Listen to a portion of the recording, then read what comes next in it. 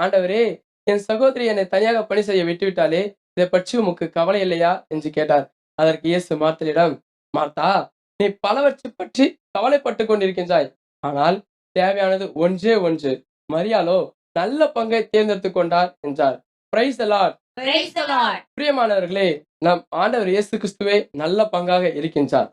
நல்ல பங்காக இயேசு கிறிஸ்துவை நீங்கள் உரிமையாக்கிக் கொள்ள, கடவுளுக்கு உகந்த பரிசுத்த வாழ்வு வாழ்ந்து, தூய ஆவியாரின் அபிஷேகத்தை பெற்றுக் கொள்வதற்காக எந்நேரமும் ஊக்கமாக ஜெபியுங்கள்.